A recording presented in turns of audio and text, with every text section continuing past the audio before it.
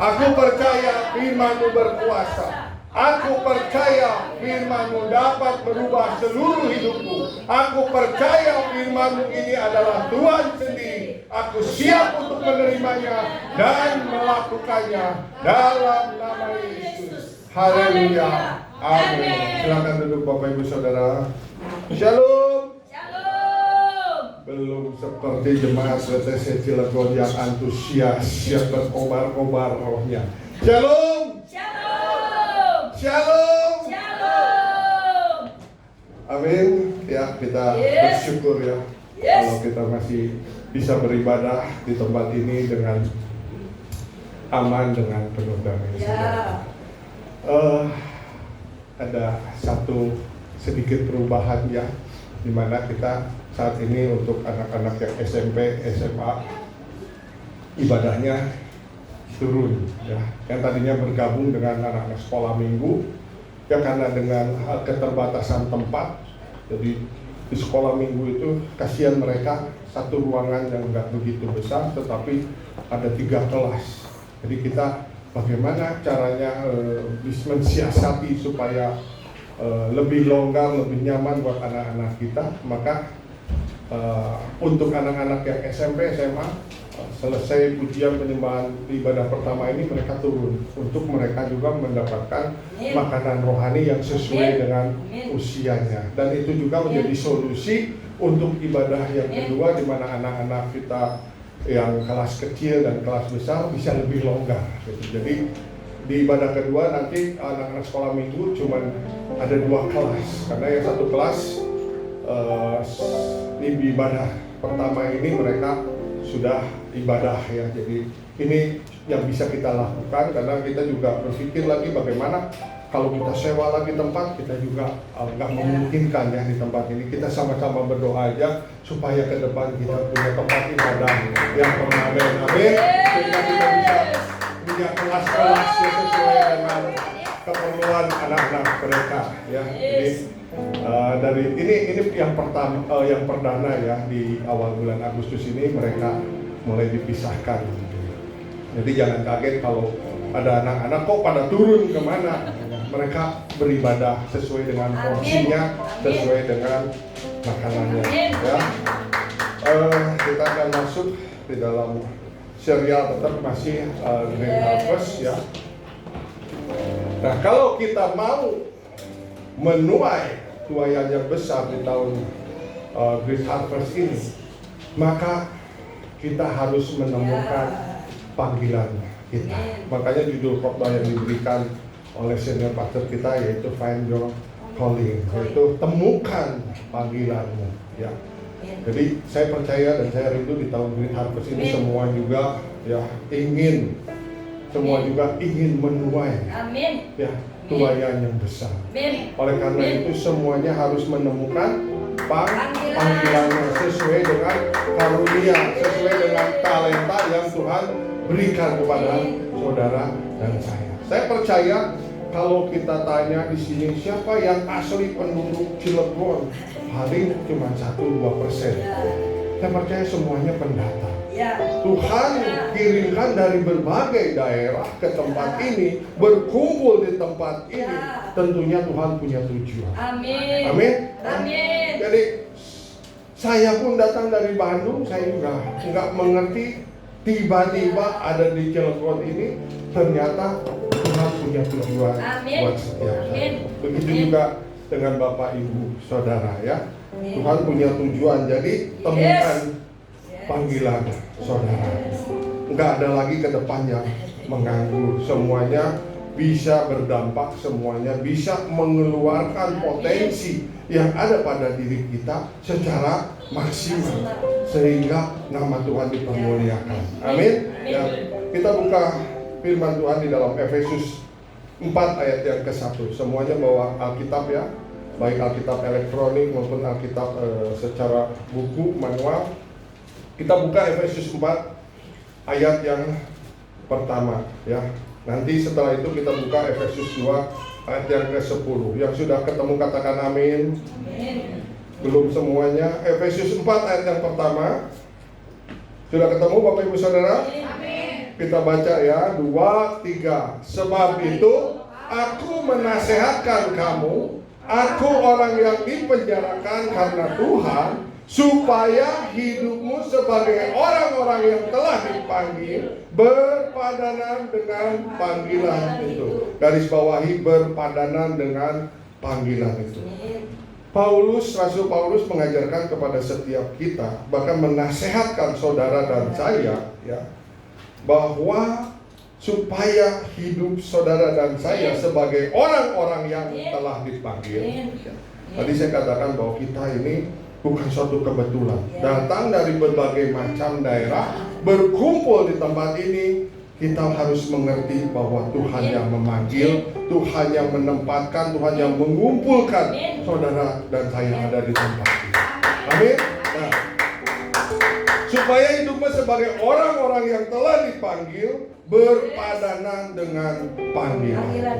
Artinya kita menyelaraskan talenta karunia kita dengan panggilan yang Tuhan mau.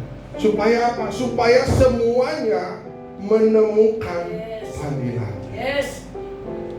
Katakan bersama-sama dengan saya. Saya harus menemukan panggilan yang sudah Tuhan tetapkan. Ya. Jadi nggak ada yang kebetulan, Baik dalam kondisi situasi enak maupun tidak enak. Tidak ada yang kebetulan di dalam Tuhan. Kalau Tuhan izinkan sesuatu itu terjadi, pasti Tuhan punya tujuan bagi setiap kita. Dan tujuan itu pasti mendatangkan kebaikan bagi saudara dan saya. Amin. Ya. Efesus 2 ayat yang 10, yuk kita buka. Efesus 2 ayat yang ke-10. Dikatakan di sini, yuk baca sama-sama kembali, 2, 3. Karena belum semuanya ketemu saudara-saudara. Efesus 2 ayat yang ke-10. Sudah ketemu Bapak Ibu Saudara? Ya, kita baca 2, 3. Karena kita ini buatan Allah, diciptakan dalam Kristus Yesus untuk melakukan pekerjaan baik yang dipersiapkan Allah sebelumnya. Ia mau supaya kita hidup di dalamnya. Jadi Tuhan punya rencana kita diciptakan dalam Kristus Yesus untuk melakukan pekerjaan baik. Nah, pekerjaan atau perbuatan baik itu yang disebut dengan destiny-nya Tuhan atau tujuannya Tuhan. Jadi Tuhan sudah menentukan tujuan atau destiny-nya dalam hidup kita sebelum kita dibentuk atau sebelum kita dilahirkan. Kita ingat ada satu firman Tuhan yang mengatakan bahwa Tuhan menenun kita pada saat kita masih ada dalam kandungan ibu kita. Jadi ada rencana Tuhan itu dari sebelum kita lahir. Tuhan sudah menetapkan, Tuhan sudah memberikan destiny kepada setiap kita. Oleh karena itu, kita harus menemukan destiny itu. Ya. Contohnya seperti begini. Bapak Ibu Saudara, ini kursi dan ini juga mic kita sudah sempatan. Nah, pertanyaan saya, kursi dan mic ini ya, sama penciptanya ini dibuat dulu baru ditentukan tujuannya, atau ditentukan dulu tujuannya baru dibuat? Ditentukan dulu tujuannya ya baru dibuat.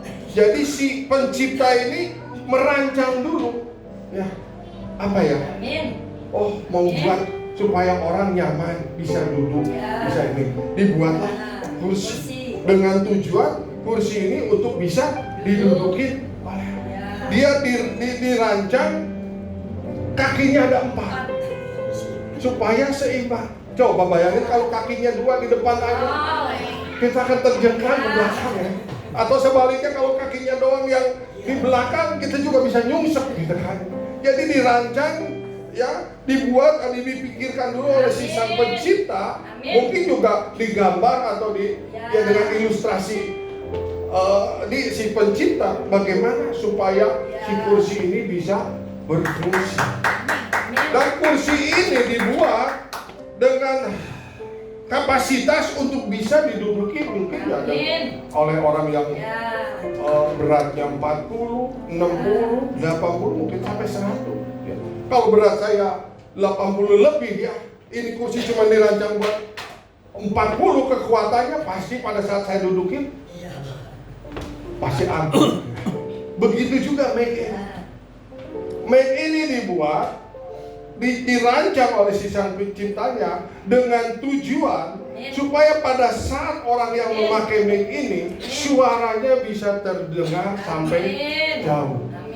Tidak perlu lagi teriak-teriak sampai uratnya ini, urat di lehernya ini sampai bertegangan. Karena ini memang dirancang supaya untuk memudahkan orang yang berbicara ini bisa sampai ke belakang atau di tempat yang luas ini bisa kedengaran sampai ke belakang. Semua orang yang mendengar bisa mendengarkan karena melalui mic ini. Jadi ini kursi dan mic ini memang dibuat sesuai dengan fungsinya.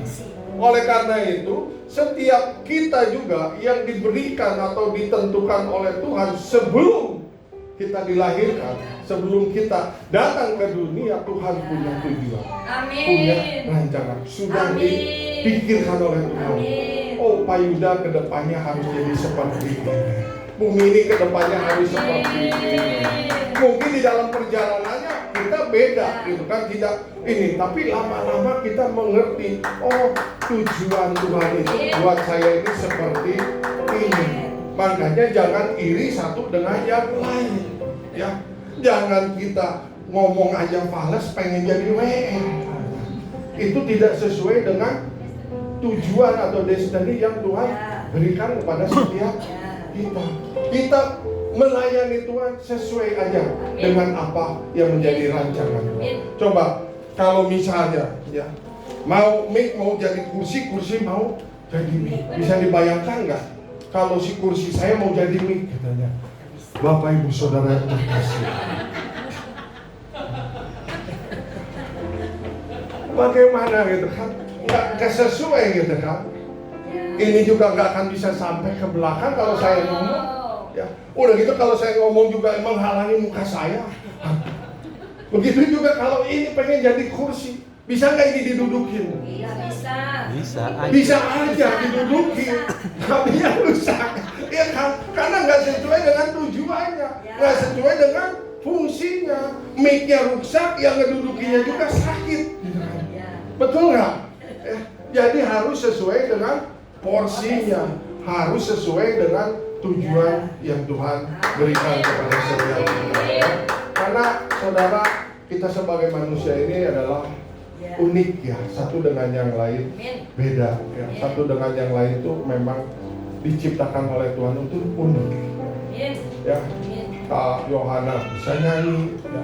Saya belum tentu bisa jadi BL gitu ya. Tapi juga sebaliknya nanti Kak Yohana misalnya disuruh yang bukan talentanya bingung juga gitu ya. Jadi kita harus menemukan panggilan yang Tuhan taruh kepada setiap kita. Amin. Ya. John Piper mengatakan di sini, sebelum kamu lahir, Tuhan telah menuntun hidupmu ke dalam rencana ilahinya. Ya. Jadi setiap kita yang lahir punya tugas, punya tujuan yang harus dikerjakan atau diselesaikan oleh setiap kita. Ya. Ke depan kita harus menggenapi visi gereja kita. Ya. Gereja kita gereja itu berbicara bukan cuma bangunan, tetapi gereja itu berbicara tentang pribadi kita. Ya, karena ini adalah baik Allah.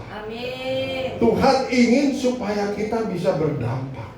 Tuhan ingin supaya kita ini bisa menyelesaikan apa yang menjadi masalah pergumulan yang ada di kota ini.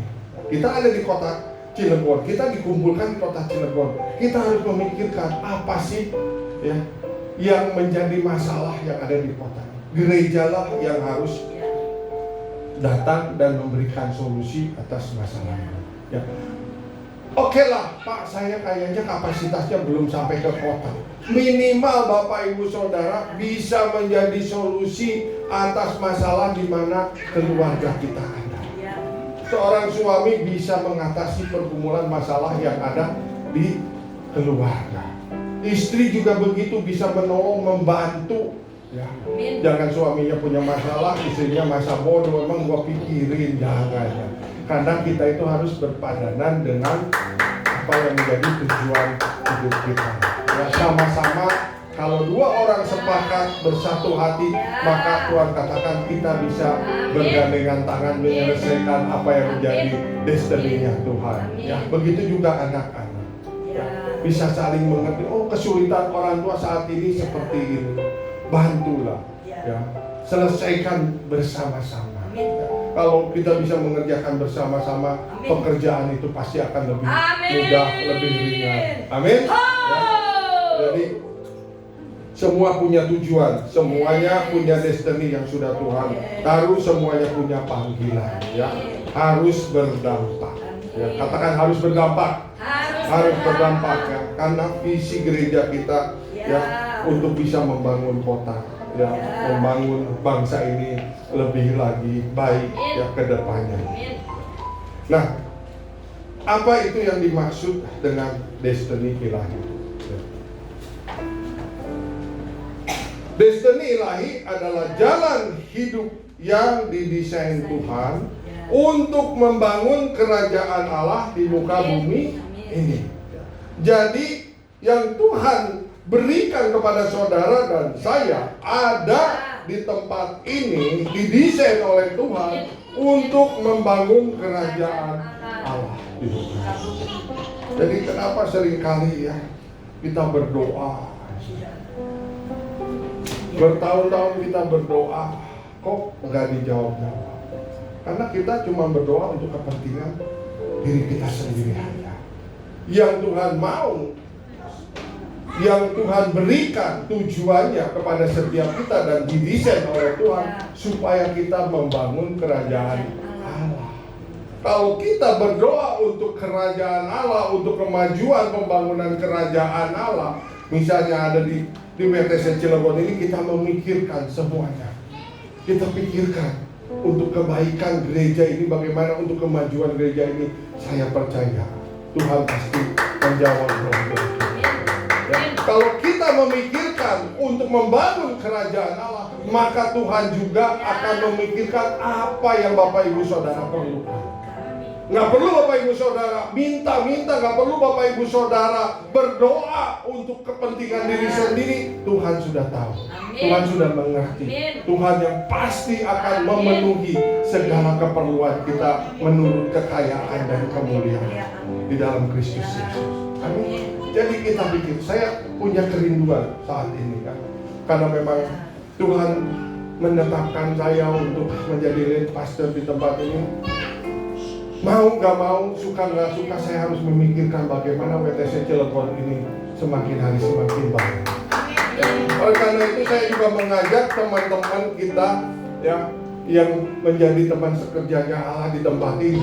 Yuk sama-sama kita memiliki persepsi yang sama, memiliki pemikiran, cara pandang yang sama. Kita mau semua departemen semakin hari semakin baik. Amin. Setuju Bapak Ibu Saudara? Ya. Saya sedang memikirkan bagaimana di departemen anak, sekolah minggu, semua guru-guru sekolah minggunya semakin mengupgrade diri sehingga dia bisa mengajarkan kepada anak-anak kita lebih lagi mengenal kebenaran firman.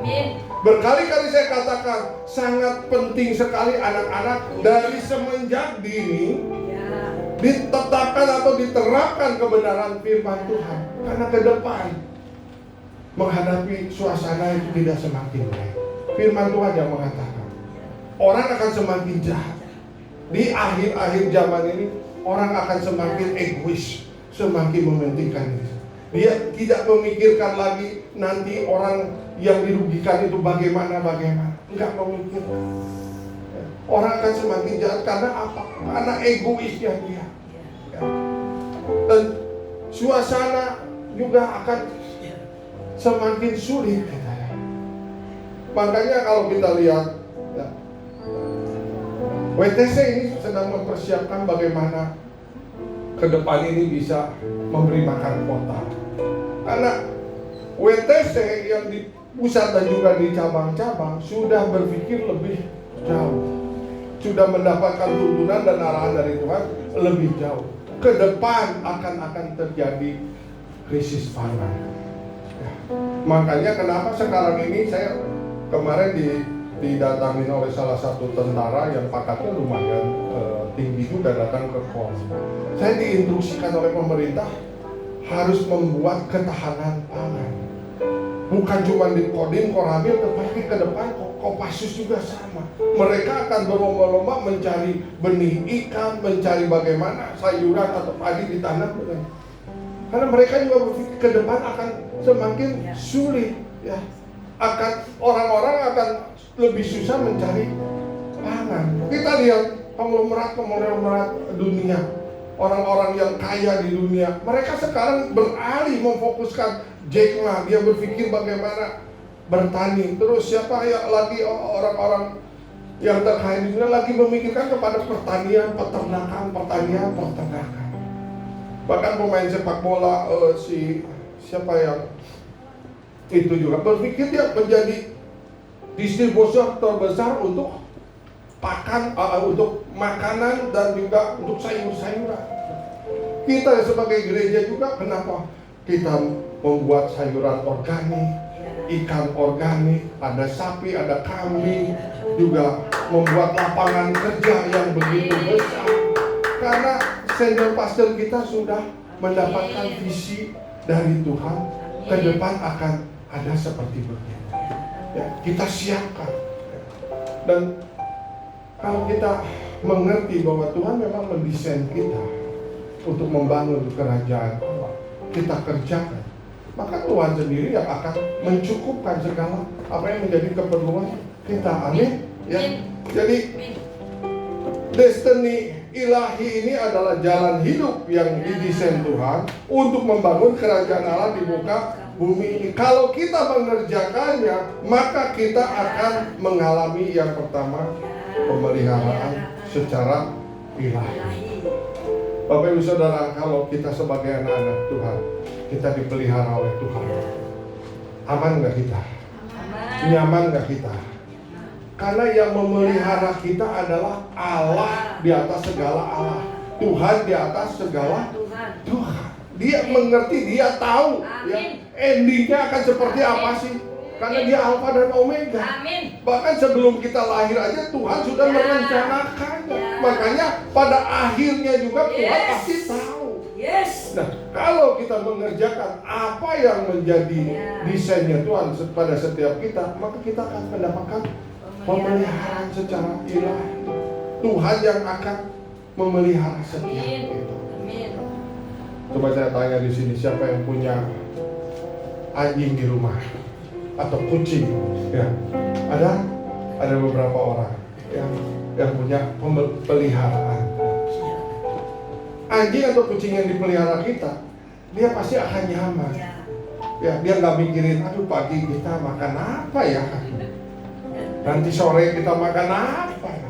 Kenapa? Karena kita yang memeliharanya pasti menyiapkan ya, makanannya, ya minumannya kita siapkan. Apalagi kalau Allah kita yang berkuasa ya, memelihara kita, pasti Dia juga memperhatikan kita.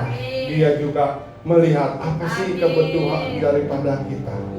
Itu yang akan Tuhan siapkan. Nah, kalau kita juga melakukan yang kedua, ya, apa yang menjadi tujuan Tuhan dalam kehidupan kita, maka kita juga akan mendapatkan perlindungan secara ilahi bagi setiap kita. Allah yang dahsyat, Allah yang berkuasa. Allah yang berkuasa di langit, di bumi, dan di bawah bumi. Kalau Dia memberikan perlindungan kepada kita, tentunya kita nggak usah lagi khawatir. Amin.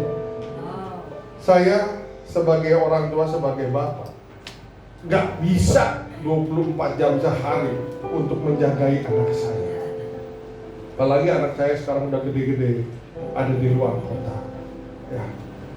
Bagaimana saya bisa memberikan perlindungan kepada anak-anak saya? Tapi kalau Tuhan, ya, yang memberikan perlindungan kepada setiap kita, bukan cuma 24 jam. Dia setiap hari memberikan perlindungan kepada kita. Setiap minggu, setiap bulan, setiap tahun, Dia memberikan perlindungan bagi setiap kita. Dan pastinya Tuhan mampu memberikan perlindungan sehingga kita aman dan nyaman di dalam perlindungan Tuhan. Yang ketiga, kalau kita melakukan apa yang menjadi destininya Tuhan dalam kehidupan kita, yaitu untuk membangun kerajaan Allah, maka Tuhan sendiri yang akan menyediakan secara ilahi. Amin. Senior pastor kita cuma mengerjakan apa yang diperintahkan oleh Tuhan. Di masa COVID kemarin, semua gereja mengencangkan ikat pinggang. Kalau bisa jangan ada pengeluaran. Bahkan full-timernya juga PK-nya dipotong. Ada yang 50%, ada yang tinggal 30%. Karena gereja nggak punya pemasukan. Ya saya jujur aja, gereja juga butuh uang, betul nggak? Hah? Gereja juga butuh uang untuk operasional bagaimana? Di tempat ini nggak murah untuk operasional. Setiap bulan itu nggak kurang dari 50 juta kita harus keluarkan untuk sewa tempat, ya, untuk semua PK, untuk PK pembicara, untuk segala macam. Ya. Jadi gereja juga butuh uang. Ya. Tapi kalau kita mengerjakan apa yang menjadi tujuan Tuhan di dalam kehidupan kita, seperti senior pastor kita. Di saat gereja-gereja mengencangkan ikat pinggang karena COVID, ya. Tapi Tuhan perintahkan kepada senior pastor, teruskan itu proyek yang di HOB sampai 5 proyek terus dikerjakan. Memang senior pastor kita juga bingung. Ini orang-orang semua pada umumnya, bahkan di meeting-meeting semua gereja harus mengencangkan ikat pinggang. Tapi Tuhan berbicara, kerjakan proyek-proyek, selesaikan. Ya. Maka karena ketaatan dari senior pastor dikerjakan, bukan 1-2 proyek, tapi 5 proyek bisa dikerjakan. Dan Tuhan mendemonstrasikan untuk menyediakan apa yang menjadi kebutuhan. Amin. Jadi ini kita cukup taat saja. Amin. Ya. Mungkin nggak masuk di logika kita. Mana Tuhan, kita kemampuan kita cuma seperti ini. Jangan ada istilahnya yang berkecil hati. Mana mungkin Tuhan bisa pakai saya? Kalau Tuhan ya sudah memerintahkan kita untuk mengerjakan apa yang menjadi tujuannya Tuhan. Ya. Orang seperti apapun bisa Tuhan pakai untuk memberkati. Ya. Nick Vujicic apa sih yang bisa dibanggakan? Tangan nggak punya, kaki nggak punya, tapi sekarang dia bisa jadi motivator kelas dunia. Ya. Kita tahu tokoh-tokoh Alkitab, Petrus itu orang seperti apa? Ya. Saya rasa dia bukan orang yang gelarnya S1, S2, S3. Sekarang S berapa? S21, S22.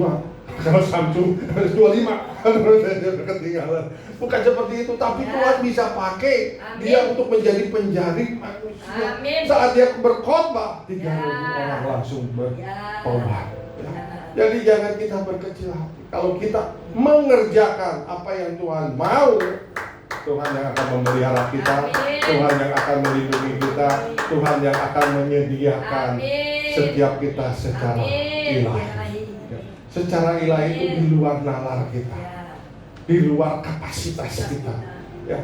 Karena Allah kita Allah yang sanggup dan mampu untuk membuat terobosan, membuat mujizat bagi setiap kita. Amin. Ya. Nah, kalau kita rangkum semua apa yang sudah kita bicarakan, ya. Jadi kalau kita melakukan apa yang menjadi destininya Tuhan, maka kita akan menemukan panggilan yang Tuhan taruh pada setiap kita. Ya. Kalau kita melakukan tujuan Tuhan dan menemukan panggilan Tuhan, maka Tuhan yang akan membawa kita masuk ke tanah perjanjian. Amin. Ya. Kita taat aja. Oh, kita mengerti tujuan Tuhan, kita mengerti panggilan Tuhan, maka Tuhan yang akan membawa kita masuk ke tanah perjanjian, tanah Kanaan. Di mana di sana Tuhan sediakan susu dan madu. Susu dan madu berbicara tentang berkat-berkat secara ilahi bagi setiap kita. Saudara mau diberkati oleh Tuhan? Amin. Saudara mau diberkati oleh Tuhan? Amin. Yang antusias mau. Karena Allah kita Allah yang besar, Allah yang kaya. Jadi kalau cuma sedikit aja Tuhan lemparkan berkatnya, kita akan luar biasa kayanya. Amin. Tuhan sediakan di tanah perjanjian. Ya. Tapi sebelum masuk tanah perjanjian, ada padang gurun yang harus kita lewati. Amin. Bangsa Israel dibawa Musa keluar dari tanah Mesir, masuk ke dalam padang gurun 40 tahun. Kenapa begitu lama? Karena kebebalan dan ketegatan bangsa Israel. Jadi lama dan sebentarnya kita ada di padang gurun tergantung respon Bapak Ibu Saudara. Amin. Dan padang gurun itu berbicara bukan supaya kita stay, supaya kita berkemah di situ. Padang gurun itu hanya berbicara untuk supaya kita lewati saja. Lewati. Jangan ada yang mau tinggal di situ. Ya.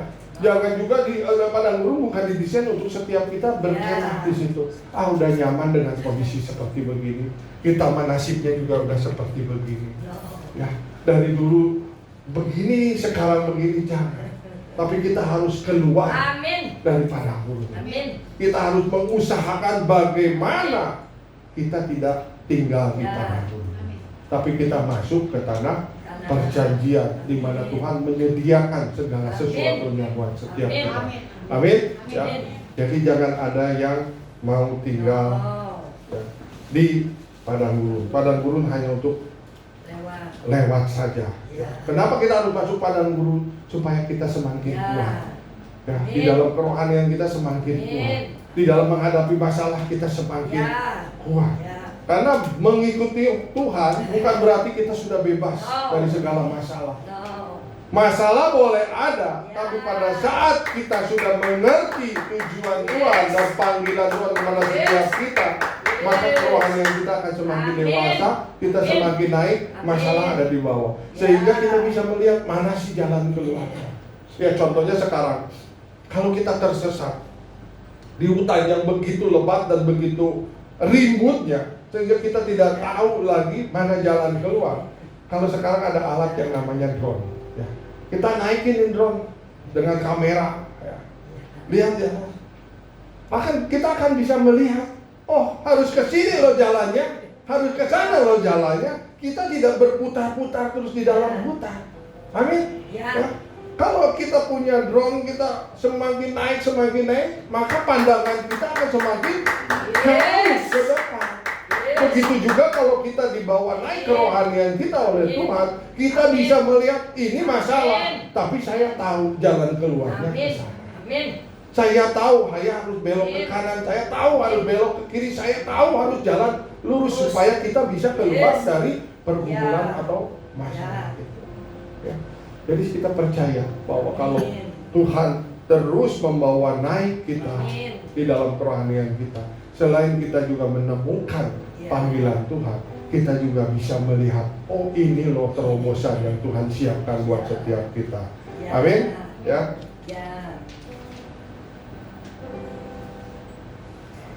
Mohon mengatakan, ya, tragedi terbesar dalam hidup ini bukan kematian.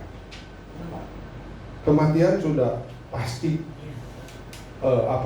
kita alami pada saat kita sudah selesai tugas kita di dunia ini, Tuhan akan panggil. Itu masuk dari dalam kematian. Tetapi tragedi yang besar ya dalam kehidupan kita, yaitu kalau kita tidak menemukan tujuan ilahi yang Tuhan berikan kepada setiap kita. Kalau kita tidak menemukan tujuan ilahi, artinya apa? Potensi yang ada di dalam diri kita tidak bisa keluar dengan maksimal. Makanya Pak Herdi katakan tanah yang paling mahal di dunia ini adalah tanah kuburan. Kok tanah kuburan? Karena di dalam kuburan itu banyak potensi-potensi yang belum dikeluarkan. Sementara Tuhan mendesain setiap kita dengan potensi, dengan karunia yang luar biasa. Kita memang tidak mampu, tapi Allah Roh Kudus bisa memberikan kemampuan sehingga kita bisa mengerjakan pekerjaan-pekerjaan yang dahsyat, pekerjaan-pekerjaan yang besar, pekerjaan-pekerjaan yang luar biasa. Karena memang kita didesain itu dengan potensi yang sangat besar. Makanya tragedi yang terbesar bukan kematian.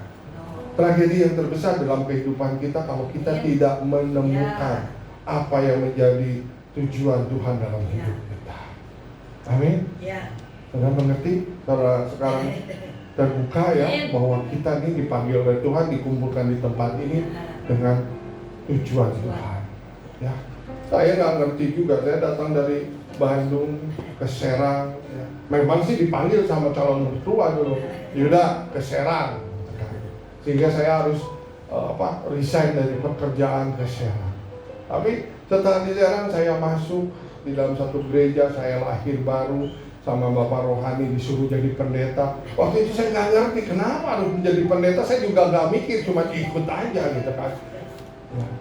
Dengan kepolosan dan kebodohan ikut aja jadi pendeta. Ternyata jadi pendeta itu begini toh. Jadi pendeta itu begini. Ya. Setelah saya terus belajar kebenaran firman Tuhan, belajar kebenaran firman, baru tahu ini ada rencana Tuhan dalam hidup saya. Saya ditempatkan di Cilegon. Ternyata saya harus membangun kerajaan Allah bersama-sama dengan teman-teman sepelayanan saya. Yang membuat PTC Cilegon harus semakin kuat, semakin maju, ya. Kuat di dalam kerohaniannya, kuat juga dalam keuangannya. Amin. Yang saya rindukan semua jemaat itu semakin naik level kerohaniannya. Sehingga semua jemaat menemukan panggilan yang Tuhan berikan kepada setiap kita.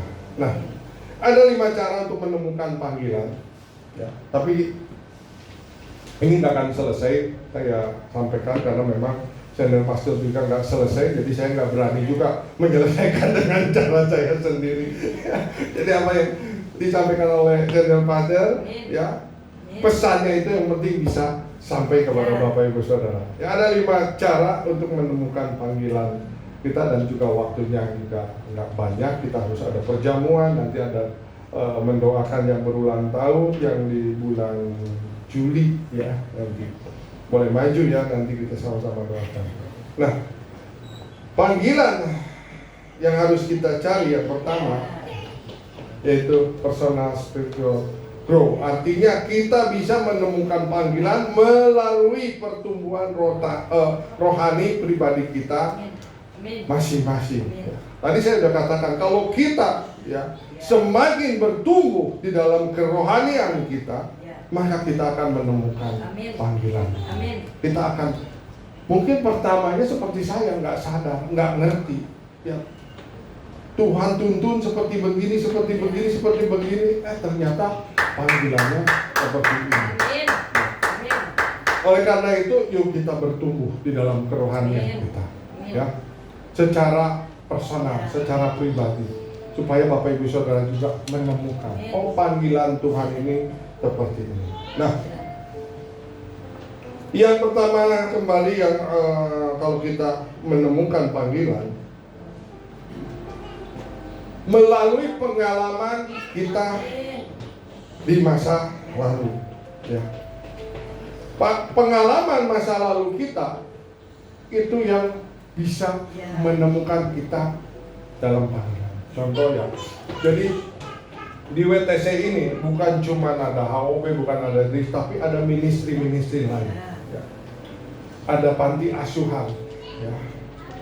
Di Cisauk juga ya, namanya Panti Asuhan Riku Hati. Saya udah beberapa kali memang ke sana. Ya, kalau Bapak Ibu Saudara juga mau ke sana juga, yang penting kita siapkan juga makanan atau snack buat anak-anak yang ada di panti asuhan sana. Mereka rata-rata adalah anak-anak yang terlantar, anak-anak jalanan. Juga ada ministry untuk merehabilitasi orang-orang gila. Ada juga kita, ya, namanya Indonesia Waras. Ya. Juga ada sekolahan Indonesia Cerdas. Ya. Jadi memang WTC ini bergerak banyak sekali ministry. Juga ada membangun rumah, bedah rumah ya untuk orang-orang itu ada juga ministry. Ya. Klinik ada juga selain rumah sakit ya. Memang rumah sakit diawali dulu dari klinik. Sekarang bikin lagi mau koperasi ya. Ya. Jadi semua lini kita bagaimana bisa menyelesaikan persoalan. Nah, kita berbicara tentang panti asuhan. Panti asuhan ini ya dikoordinir oleh orang yang namanya Ibu Ice dan Bapak Yohanes. Kenapa Ibu Ice dan Pak Yohanes ini bisa menemukan panggilan untuk merawat anak-anak jalanan?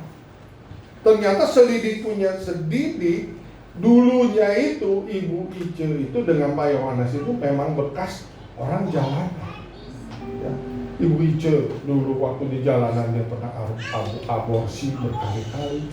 Pak Yohanes juga dulu namanya aja Yohanes, tapi dulu preman, preman jalanan. Ya.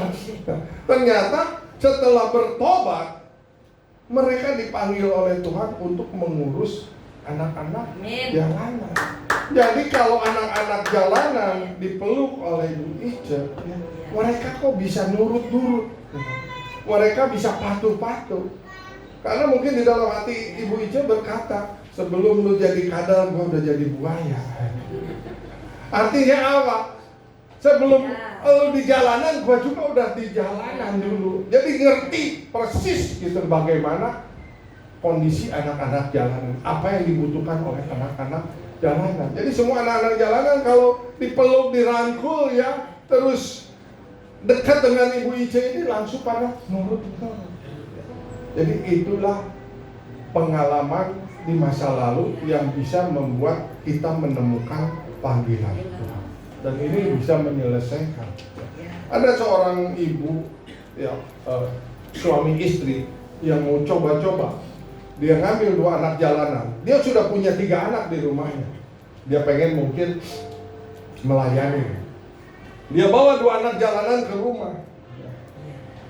Dia berpikir supaya anak jalanan ini bisa berubah seperti ketiga anaknya. Jadi anak rumahan, anak baik.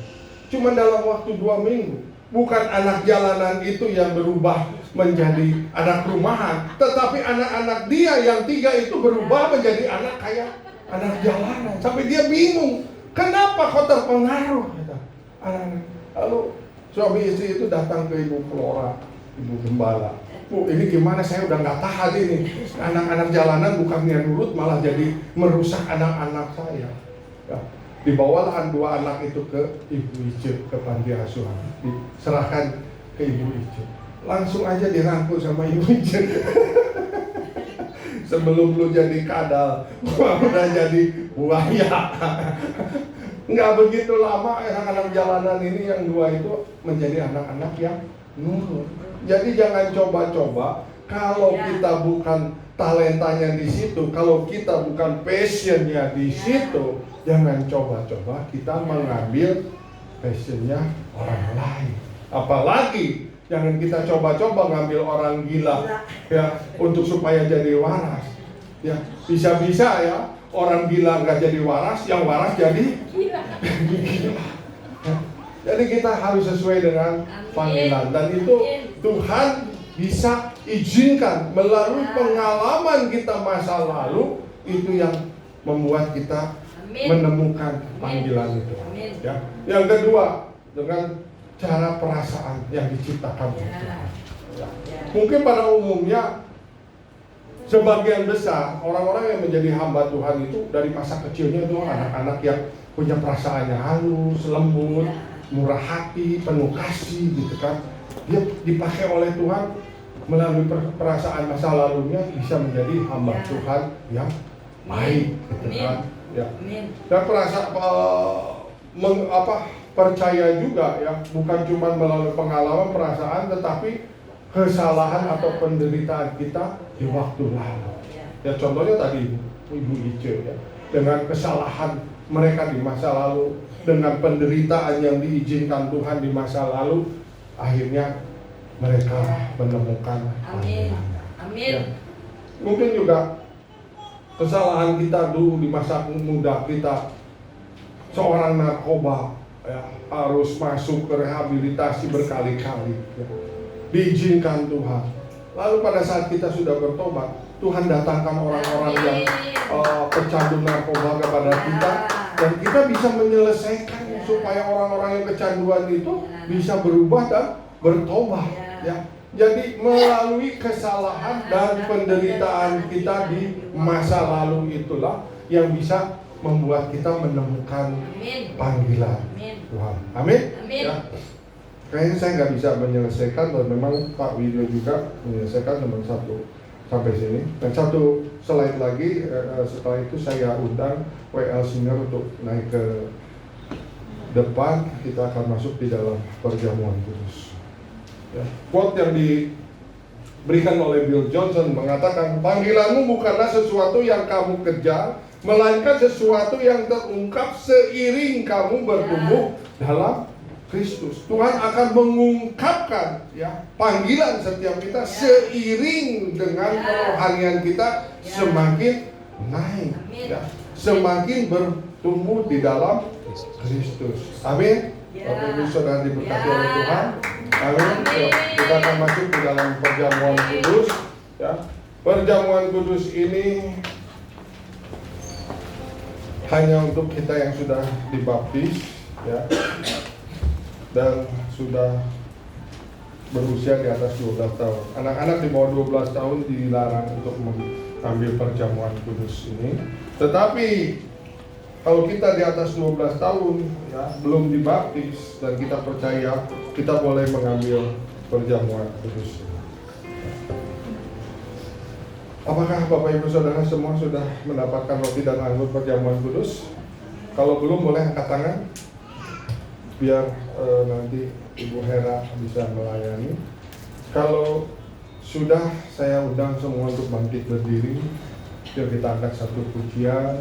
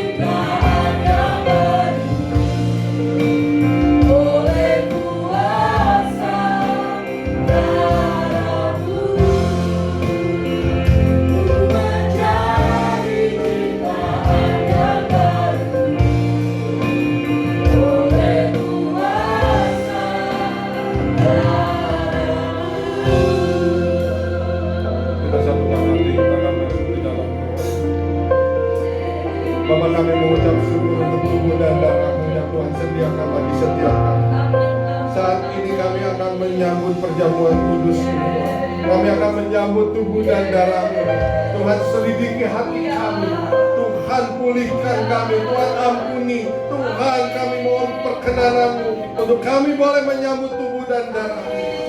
Ampuni segala dosa dan kesalahan kami, baik dosa perkataan, perbuatan maupun dosa pikiran kami, Tuhan. Tuhan, kuduskan karena Engkau Allah kami yang kudus. Tuhan, kami siap menyambut perjamuan dalam nama Tuhan Yesus Kristus. Mari angkat roti kita di tangan kanan kita tinggi-tinggi dan dengarkan firman Tuhan.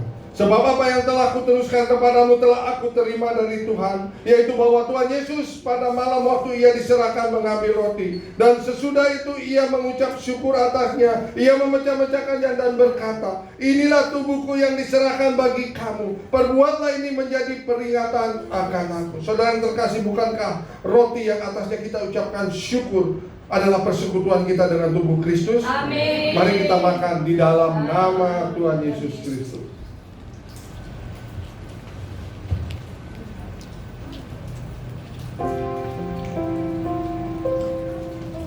Kita angkat cawan di tangan kanan kita tinggi-tinggi. Kembali dengarkan firman Tuhan. Demikian juga ia mengambil cawan sesudah makan, lalu berkata, cawan ini adalah perjanjian baru yang dimeteraikan oleh darahku. Perbuatlah ini setiap kali kamu meminumnya menjadi peringatan akan aku. Saudara yang terkasih, bukankah cawan yang atasnya kita ucapkan syukur adalah persekutuan kita dengan darah Kristus? Amin. Mari kita minum di dalam nama Tuhan Yesus Kristus. Kita angkat kedua tangan kita, katakan terima kasih. Terima kasih. Terima kasih. Terima kasih Bapa.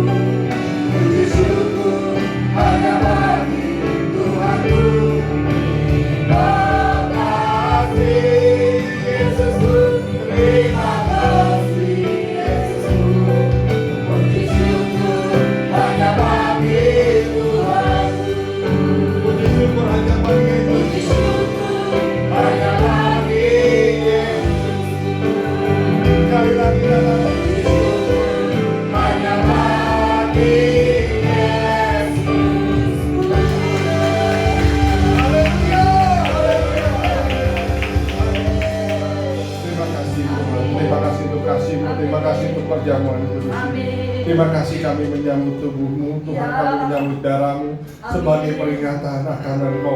Engkau yang sudah menyelamatkan kami, Engkau yang sudah menebus kami, sehingga kami menjadi orang-orang yang merdeka, orang-orang yang lebih daripada pemenang. Kami percaya di dalam nama Tuhan Yesus Kristus. Haleluya, sama-sama katakan amin. Silakan duduk dulu Bapak Ibu Saudara.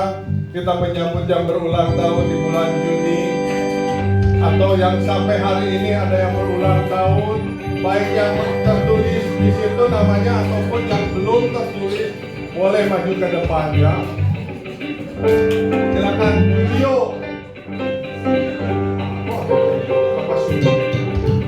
Julio ulang tahun ya. Ayo Julio maju. Opas. Ada Cihedi ya.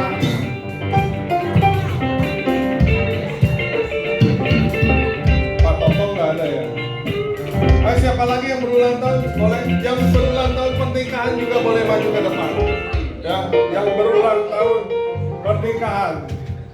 Oh, Bang Buki. Kevin, ulang tahun. Ayo. Siapa? Oh, ya, tanggal 2. Oke, Manuel. Ya, tanggal 2 apa? 7 Juli. Oh iya. Bulan Juli maupun sampai awal Agustus ini yang ulang tahun boleh. Yang ulang tahun pernikahan juga boleh. Baik yang tertulis maupun yang belum tertulis. Silakan maju. Kita akan sama-sama satukan hati, kita akan berdoa. Boleh kita sama-sama arahkan tangan kita kepada yang berulang tahun. Kurialah moya shikata karala. Bapak, kami mengucap syukur Tuhan untuk anak-anak-Mu yang berulang tahun di bulan Juli. Kami percaya apa yang firman Tuhan katakan, di tangan kanannya ada umur yang panjang, di tangan kirinya ada kekayaan dan hormat. Terjadi di dalam kehidupan mereka semua. Maka Tuhan juga yang terus memelihara mereka, melindungi mereka, menyediakan mereka secara ilahi apa yang menjadi kebutuhan mereka. Tuhan lawan Ciheni beserta anak mantu cucunya. Tuhan berkati bisnisnya, pekerjaannya. Tuhan berkati Emmanuel, Tuhan berkati Julia, Tuhan berkati Kevin, Tuhan berkati Tauki, Tuhan. Semuanya Tuhan, Kau lindungi Tuhan, pagari Tuhan, jagai. Semua yang dikerjakan, diusahakannya dibuat berhasil dan beruntung senantiasa. Kesuksesan menyertai kehidupan mereka semua. Bapak, terima kasih Tuhan untuk anak-anak-Mu yang berulang tahun. Pakai mereka sesuai passion, sesuai karunia yang Tuhan taruhkan Tuhan, sehingga mereka benar-benar berdampak. Mereka mengenal Tuhan, destiny yang Tuhan taruhkan kepada kehidupan mereka. Mereka semakin bergairah di dalam melayani Engkau. Roh mereka semakin menyala-nyala Tuhan, karena ada penyertaan Tuhan di dalam setiap langkah kehidupan mereka. Terima kasih Tuhan, terima kasih untuk anak-anak-Mu yang berulang tahun. Terpujilah ialah kami yang hidup di dalam nama Tuhan Yesus Kristus. Kami sudah berdoa dan mengucap syukur. Haleluya, sama-sama katakan amin. Selamat ulang tahun, selamat ulang tahun, selamat ulang tahun, selamat ulang tahun. Ayo kita bangkit berdiri, kita akan berdoa untuk mengakhiri ibadah pertama ini. Terima kasih Bapak, hamba-Mu sudah selesai menyampaikan isi hati-Mu. Tapi kami percaya Allah Roh Kudus yang terus bekerja atas umat-Mu. Allah Roh Kudus yang mengubah seluruh cara pandang kami, cara berpikir kami. Allah Roh Kudus yang terus Tuhan memberikan kekuatan, kemampuan kepada kami untuk kami boleh berjalan Tuhan sesuai dengan destiny yang Tuhan tahu. Terima kasih Tuhan untuk umat-Mu yang pagi hari ini boleh datang Tuhan. Kami percaya bukan suatu kebetulan mereka mendengarkan kebenaran firman-Mu, tapi ada rencana dan tujuan yang Tuhan taruhkan kepada mereka, sehingga mereka boleh Tuhan mengeluarkan potensi yang ada pada mereka untuk kemuliaan nama-Mu Bapa. Terima kasih Tuhan Yesus Kristus. Terima kasih Allah Roh Kudus Tuhan. Terima kasih. Kami sudah selesai dalam ibadah pertama. Sebentar kami akan pulang Tuhan. Tibakan kami tanpa kekurangan suatu apapun juga. Lindungi kami Tuhan. Tutup bungkus kami dengan kuasa darah Tuhan Yesus Kristus. Kami tolak segala serangan balik daripada si jahat di dalam nama Tuhan Yesus Kristus. Dan sebelum pulang biarlah berkat-Mu menyertai kami dan kami siap menerima berkat yang daripada-Mu. Mari arahkan hati, angkat kedua tangan kita. Tuhan memberkati Engkau dan melindungi Engkau. Tuhan menyinari Engkau dengan wajah-Nya dan memberikan Engkau kasih karunia. Tuhan menghadapkan wajah-Nya kepada-Mu dan memberikan Engkau damai sejahtera. Sekarang pulang dan terimalah berkat yang terbaik dari Allah Bapa di surga. Kasih yang sempurna dari Tuhan Yesus Kristus, persekutuan yang indah dan manis bersama Allah Roh Kudus, dari mulai sekarang sampai kedatangan Tuhan yang kedua kalinya, bahkan sampai selama-lamanya. Di dalam dan demi nama Tuhan Yesus Kristus, kita diberkati oleh Tuhan. Haleluya.